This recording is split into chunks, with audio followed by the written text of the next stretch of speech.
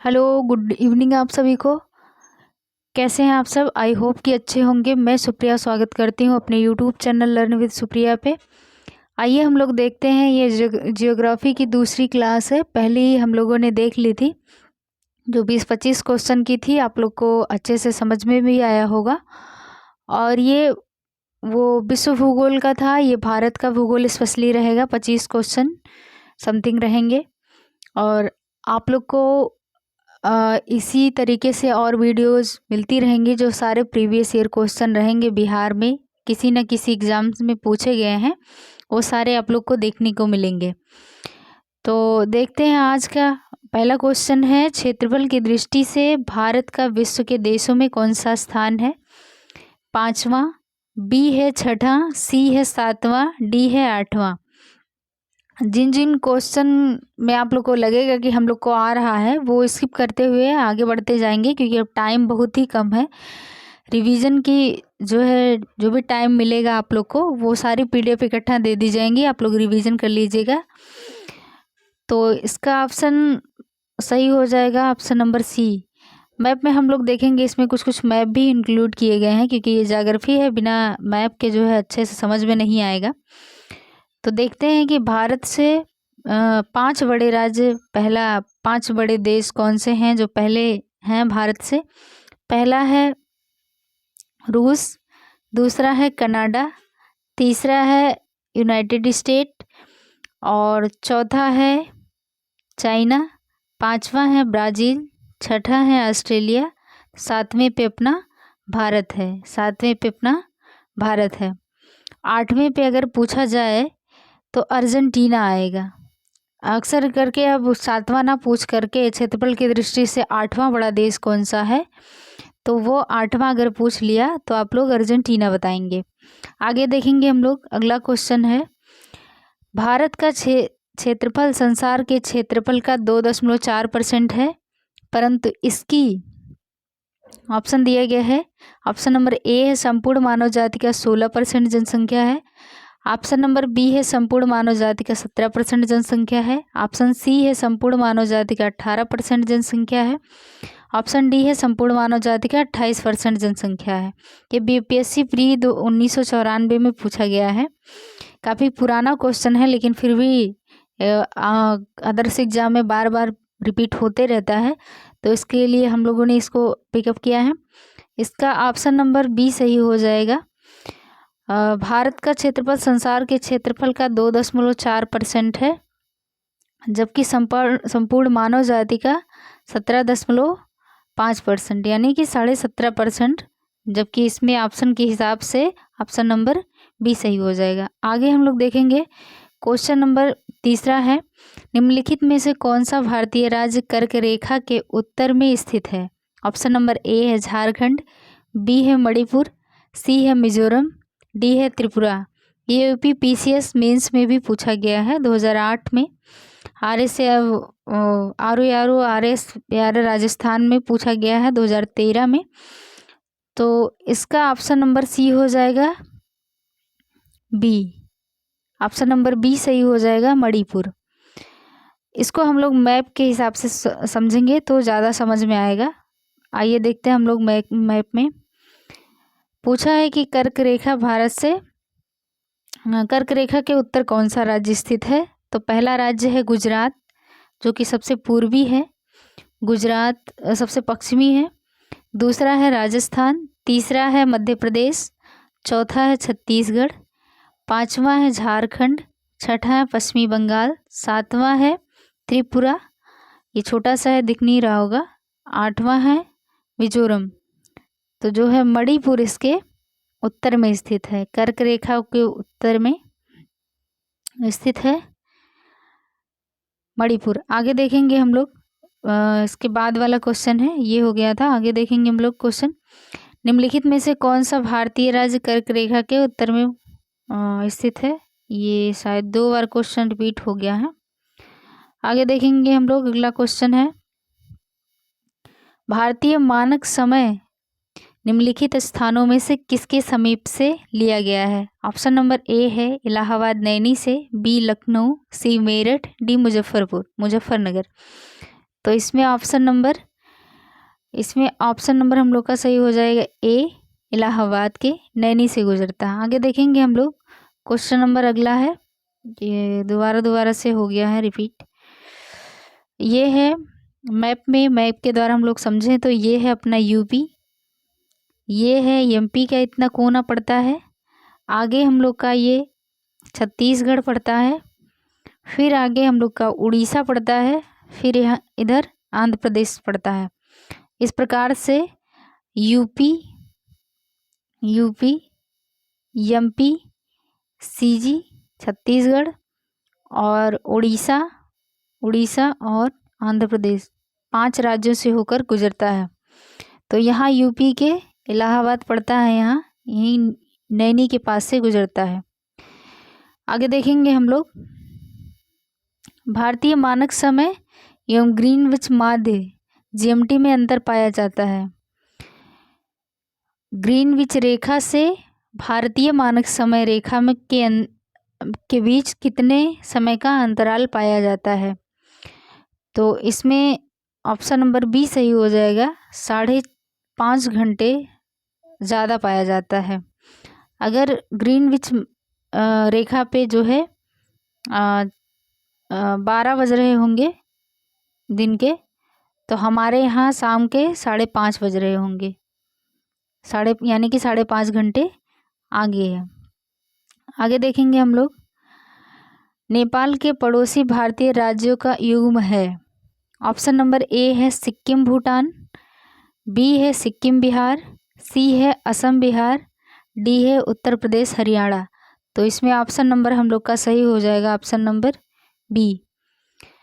आगे देखेंगे, भारत एवं पाकिस्तान के बीच सीमा निर्धारित की गई है। ऑप्शन नंबर ए है डूरंड रेखा, बी है मैकमोहन रेखा, सी है मैगिनॉट रेखा, डी है रेड क्लिफ रेखा। तो इसमें ऑप्शन नंबर हम लोग का सही हो जाएगा ऑप्शन नंबर डी। आगे देखेंगे हम लोग, मैकमोहन रेखा जो है भारत और चीन के बीच है, डूरंड रेखा भारत अफगानिस्तान पाकिस्तान और अफगानिस्तान के बीच है। आगे देखेंगे हम लोग, भारतीय मानक समय की यामोत्तर नहीं गुजरती है। तो अभी हम लोगों ने देखा था कि कहाँ कहाँ से गुजरती है और कहाँ से नहीं गुजरती है, तो इस प्रकार आप लोग देख के बता सकते हैं।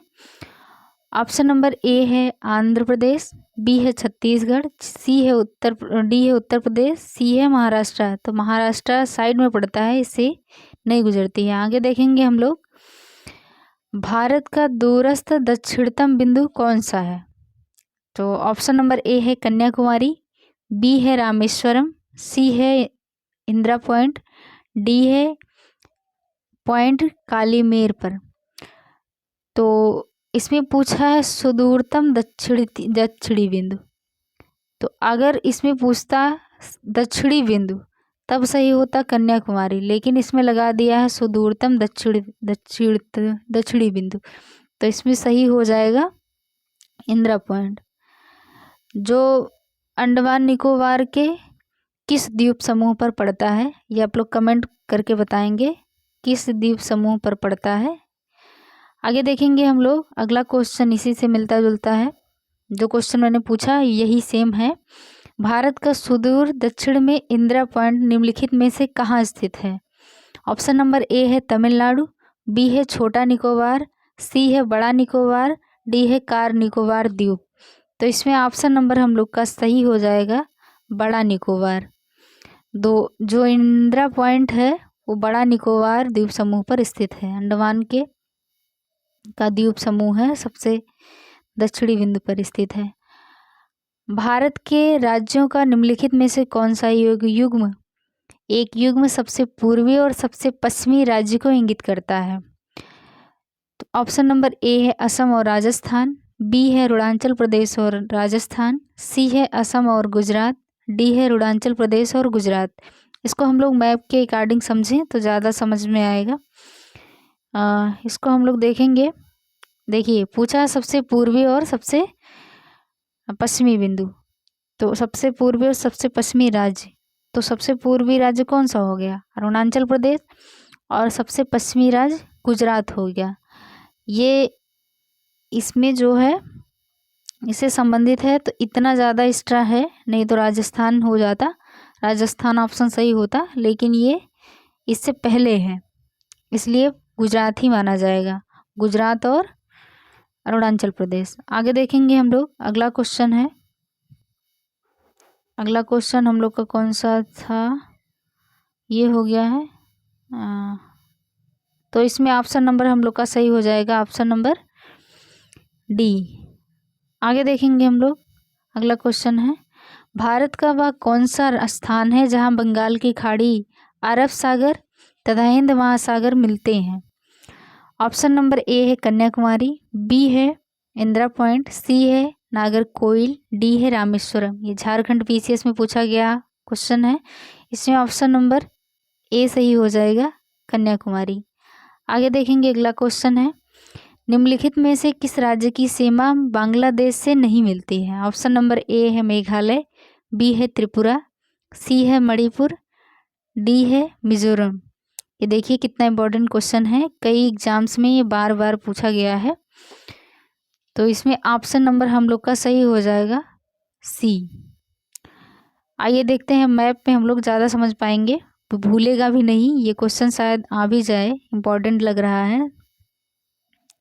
देखिए ये है हम लोग का बांग्लादेश, ये है हम लोग का बांग्लादेश। पूछा है बांग्लादेश में कौन सा देश, कौन से राज्य की सीमा नहीं लगती है।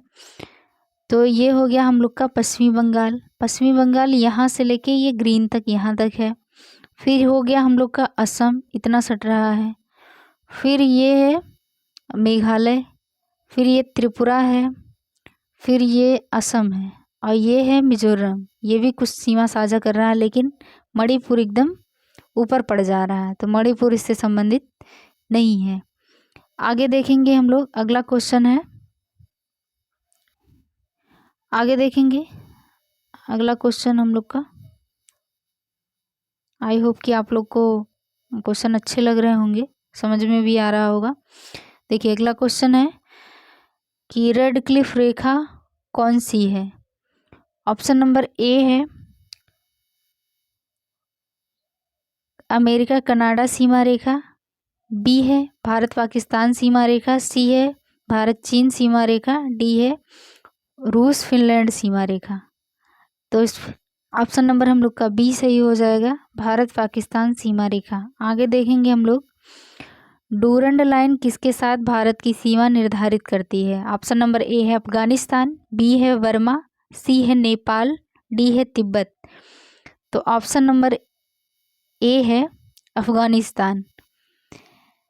पहले जो है 1883 में ये जो है सीमा रेखा निर्धारित की गई है। ये सन मुझे ठीक से याद नहीं है, तो गलत क्या ही बताना, वो ठीक से याद नहीं है। पहले जो है भारत के साथ अफ़गानिस्तान की सीमा साझा होती थी, लेकिन वर्तमान समय में पाकिस्तान और अफ़गानिस्तान के बीच में डूरंड लाइन हो गया है। आगे अगला क्वेश्चन है, भारत एवं पाकिस्तान के मध्य सीमा रेखा एक उदाहरण है। ये क्वेश्चन थोड़ा ध्यान से, कि एक अध्यारोपित सीमा है, एक पूर्ववर्ती सीमा है, एक अवशिष्ट सीमा है, एक परवर्ती सीमा है। तो ऑप्शन नंबर ए इसमें सही हो जाएगा, अध्यारोपित सीमा। अध्यारोपित का मतलब होता है कि किसी हम दो देशों के बीच कोई दूसरा देश आकर के इसे मान लिया, मनवा लिया है, इसीलिए इसको अध्यारोपित कहते हैं। ये हम लोग के ऊपर बना दिया गया है, जबकि हमारी संस्कृतियाँ एक थी, हमारे ज़मीन एक थे, और इसको जो है किसी के द्वारा आरोपित कर दिया गया है, तो ये अध्यारोपित हो गया। पूर्ववर्ती यानी होता है कि यानी कि किन्हीं दो देशों के बीच प्राकृतिक खाई हो, पहाड़ हो, नदियाँ हो, इसके द्वारा अगर कोई सीमा रेखा निर्धारित होती है तो पूर्ववर्ती रेखा हो जाती है।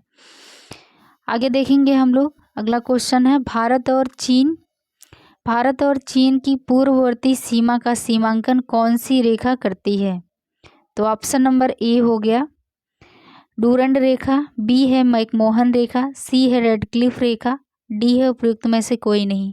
तो इसमें ऑप्शन नंबर बी सही हो जाएगा, मैकमोहन रेखा।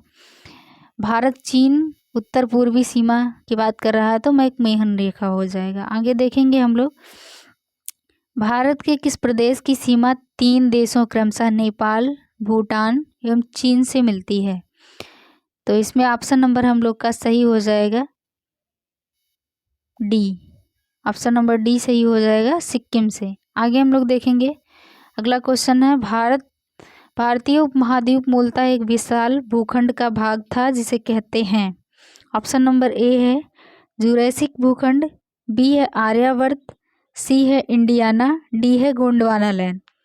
तो ऑप्शन नंबर हम लोग का डी सही हो जाएगा, भारत एक गोंडवाना लैंड का भाग है। आगे अगला क्वेश्चन है, भारत कितने प्राकृतिक प्रदेशों में विभाजित है। ऑप्शन नंबर 1 है 4, ऑप्शन नंबर बी है 6, सी है 7, डी है 8। तो ऑप्शन नंबर इसमें बी सही हो जाएगा 8। आप लोग कमेंट करके बताइएगा कौन कौन सी 6 प्राकृतिक प्रदेश हैं जो जिसमें भारत को विभाजित किया गया है। आगे देखेंगे हम लोग, अगला क्वेश्चन है, उत्तराखंड के किस भाग में पाताल तोड़ कुएं पाए जाते हैं। ऑप्शन नंबर ए है भावर क्षेत्र में, बी है तराई क्षेत्र में, सी है शिवालिक पहाड़ियों में, डी है उपयुक्त में से कोई नहीं। तो ऑप्शन नंबर हम लोग का इसमें सही हो जाएगा बी, तराई क्षेत्र में। आगे अगला क्वेश्चन है, हिमालय की रचना समांतर वलय श्रेणियों में हुई है, जिनमें से प्राचीनतम श्रेणी है। ऑप्शन नंबर ए है शिवालिक श्रेणी, बी है निम्न हिमालय, सी है बृहद हिमालय श्रेणी, डी है धौलाधर श्रेणी। तो ऑप्शन नंबर इसमें सही हो जाएगा सी, बृहद हिमालय श्रेणी। आगे इतना ही क्वेश्चन था, कुल सब मिला के 25 क्वेश्चन कंप्लीट हुए। आई होप कि ये वीडियो आप लोग को अच्छी लगी होगी। इसी प्रकार से और क्वेश्चन देखने के लिए हमारे चैनल को सब्सक्राइब ज़रूर कीजिएगा। आप लोग को वीडियो पसंद आई हो तो लाइक ज़रूर करें, शेयर और सब्सक्राइब आप लोग कर देंगे। आई होप कि ये वीडियो आप लोग को अच्छी लगी होगी।